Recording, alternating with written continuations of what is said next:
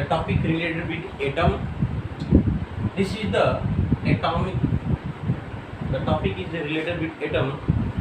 We will talk about gram atoms. Gram atoms को हम लिख सकते हैं जी एटम्स. याद रखिएगा, ग्राम का शॉर्टेस्ट फॉर्म जी. जी एम ना लिखिएगा, जी लिखिए, कहेंगे जी एम भी लिख सकते हैं लेकिन जी लिखिएगा. ग्राम एटम्स, जी एटम्स. डिफिनीशन क्या होगी? 1 ग्राम एटम, ये कैलकुलेशन है उस नंबर को दूसरे फॉर्म में कन्वर्ट करने के लिए. तो बड़े आराम से ध्यान से समझिएगा, बड़े अच्छे से आपको समझ में आएगा कि 1 ग्राम एटम, यदि हम 1 ग्राम एटम की बात करें कि 1 ग्राम एटम क्या होता है, कितना होता है. एटम बहुत छोटा पार्टिकल होता है, इतना छोटा फाइन पार्टिकल होता है कि हम उसे कभी भी रंगी आंखों से देख नहीं सकते. नेकेड आइट से हम बिल्कुल नहीं देख सकते हैं.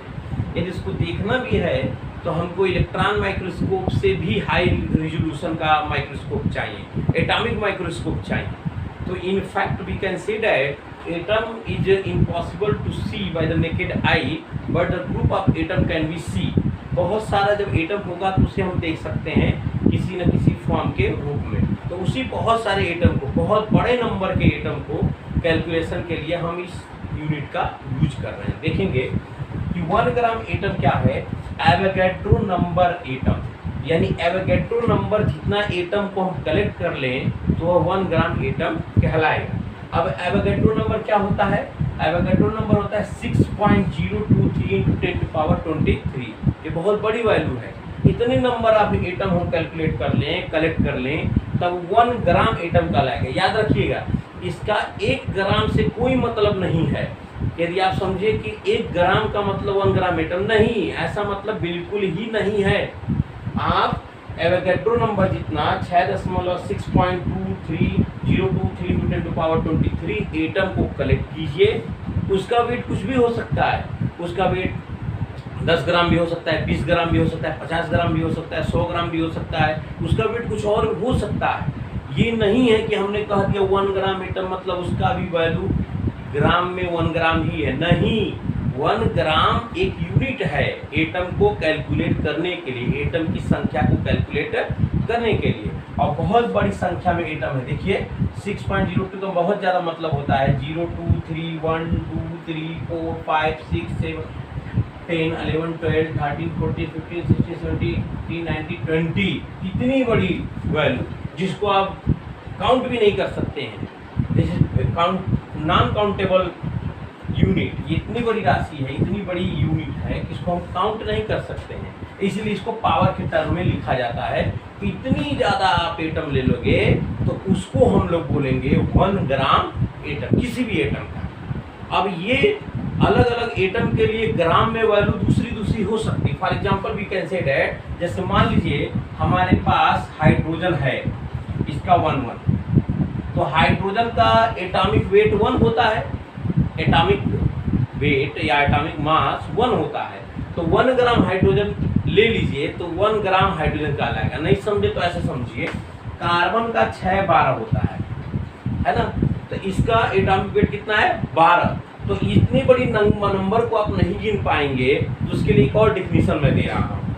जैसे देखिएगा कि मास in gram as atomic mass, mass in gram as atomic mass, यानी उसका एटॉमिक मास जितना है उतना ही हम ग्राम में वैल्यू को ले ले, तो हमको गिनने की जरूरत नहीं पड़ेगी. फॉर एग्जांपल हम कहें आपसे कार्बन 12 का एटॉमिक मास होता है 12. तो यदि हम 12 ग्राम कार्बन को तौल लें तो ऑटोमेटिक उसमें नंबर ऑफ एटम हो जाएंगे 6.023 × 10⁻23. यानी कि बिना काउंट किए हम केवल कार्बन का वेट किए. कितना वेट किए? जिसका उसका एटॉमिक वेट जितना है. एटॉमिक वेट कितना है? 12. तो 12 ग्राम कार्बन को हम ले लें तो उसमें automatic number of atom carbon के होंगे इतने, और इतने नंबर ऑफ एटम होंगे तो उसको हम कहेंगे 1 ग्राम एटम कार्बन. देखिए समझिएगा, यहाँ से carbon 12 have 12 atomic mass. Carbon 12 का एटॉमिक मास 12 होता है.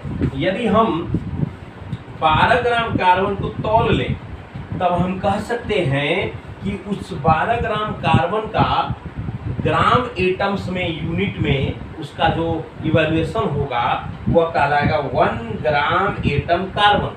1 ग्राम कार्बन एटम नहीं, ग्राम और एटम एक साथ आएगा यहाँ पे।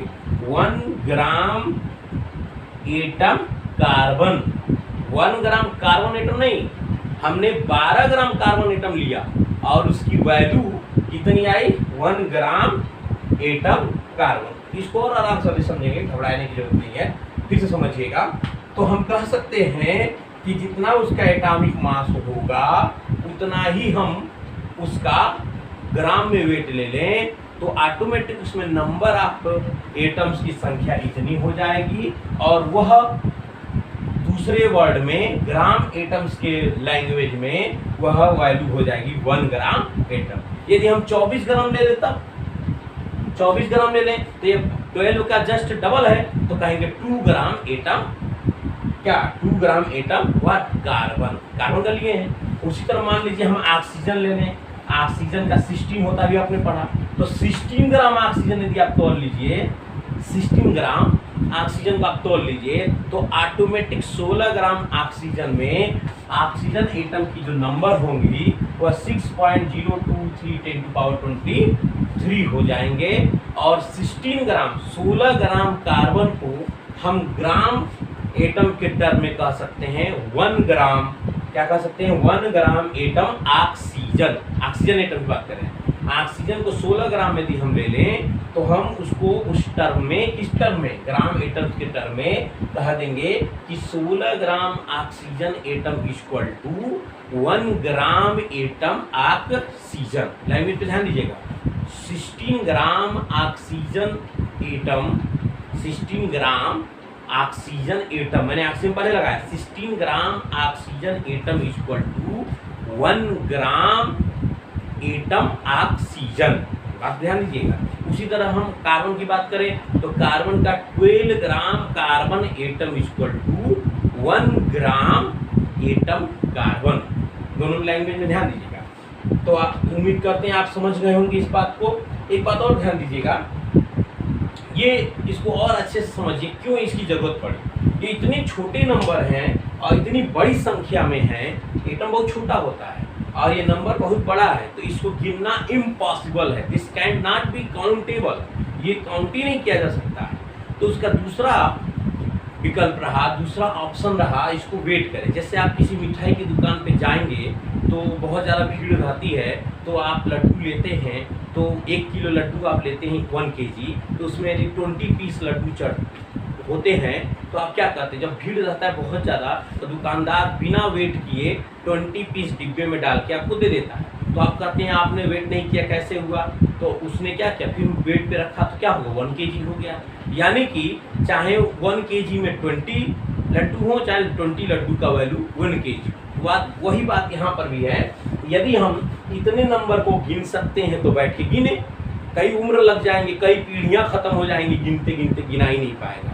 मैं भी अच्छा एग्जाम्पल लूँगा, जब मूल कंसेप्ट बताऊंगा तो इस नंबर की वैल्यू करेंगे तो आपको पता चलेगा कि कई पुश्तें बीत जाएंगी फिर भी इतने नंबर को आप गिन नहीं पाएंगे, इतनी बड़ी नंबर है। तो इसका दूसरा ऑप्शन क्या रहा, वेट करना। वेट कितने करेंगे, जितना उसका एटॉमिक वेट होगा उतना ही वेट को हम तोल लेंगे, तो वह 1 ग्राम एटम के बराबर हो जाएगा।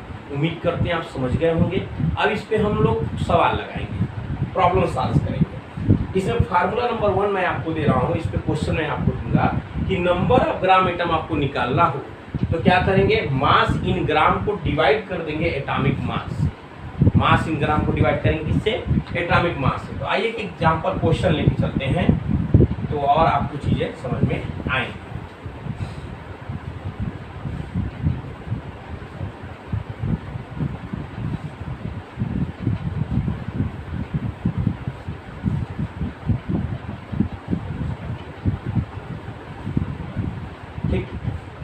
मैं क्वेश्चन आपको पिक आउट करता हूं कि आप नोट कर लेंगे। Calculate the number of gram atoms of 24 gram carbon.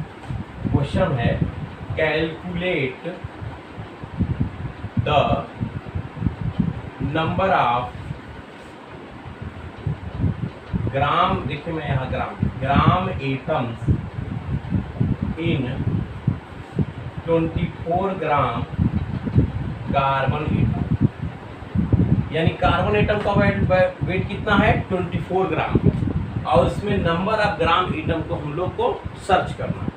तो पहले तो मैं बड़ा ही इजी वे में दूंगा, उसके बाद इतना आपको प्रैक्टिस हो जाएगा तो आप क्वेश्चन देखते हैं आंसर बता दें। कई बच्चे भी बता सकते हैं। सोचिए, क्या किसी ने 2 कहा? जिसने यदि 2 कहा तो उसका आंसर सही है। देखिए हम कैलकुलेट करते हैं। तो यहाँ के बात करेंगे कार्बन का एटॉमिक मास, आपको पता है 12 होता है कार्बन का एटॉमिक मास। एटॉमिक मास की जरूरत पड़ेगी हमको। अब करेंगे कार्बन इन ग्राम्स, या weight of carbon, we can say that weight of carbon atom. Carbon atom का वेट कितना दिया है 24 ग्राम। अब आप यूज करेंगे फार्मूला क्या दिया है, number of gram atoms equal to, we can say that mass in gram या वेट इन ग्राम। मास की जगह आप वेट समझे तो और अच्छा रहेगा। Weight in gram divided by atomic mass. Mass से कंफ्यूज हो रहे थे आप, इसलिए मैंने मास के टर्म पे ऊपर वेट लिख दिया। Weight in gram divided by atomic mass, तो वैल्यू कैलकुलेट करेंगे, that is weight in gram क्या है 24 divided by 12 equal to 2 gram atom. ये लिखना बहुत जरूरी है, 2 gram atom carbon. Carbon atom मत लिखिएगा, हमेशा एटम को बाद में लिखिएगा और वर्ड एटम पहले लिखिएगा। ग्राम के साथ हमेशा एटम लगा रहेगा, और जो एटम का सिंबल होगा या उसका जो नेम होगा वो लास्ट में आप लिखोगे। तो आंसर कितना हो गया 2 gram atom carbon. Is that clear? आइए एक और क्वेश्चन करते हैं। नोट कर लिए होंगे आप लोग, स्क्रीनशॉट ले लीजिए। चलिए क्वेश्चन करते हैं एक और। एक क्वेश्चन है, calculate the number of gram atoms of 40 gram of oxygen atom. Calculate यहीं पे हम कर देते हैं, इसी क्वेश्चन को हम कन्वर्ट कर देते हैं।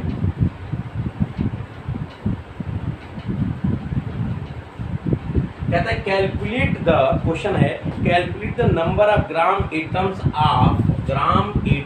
इन 40 ग्राम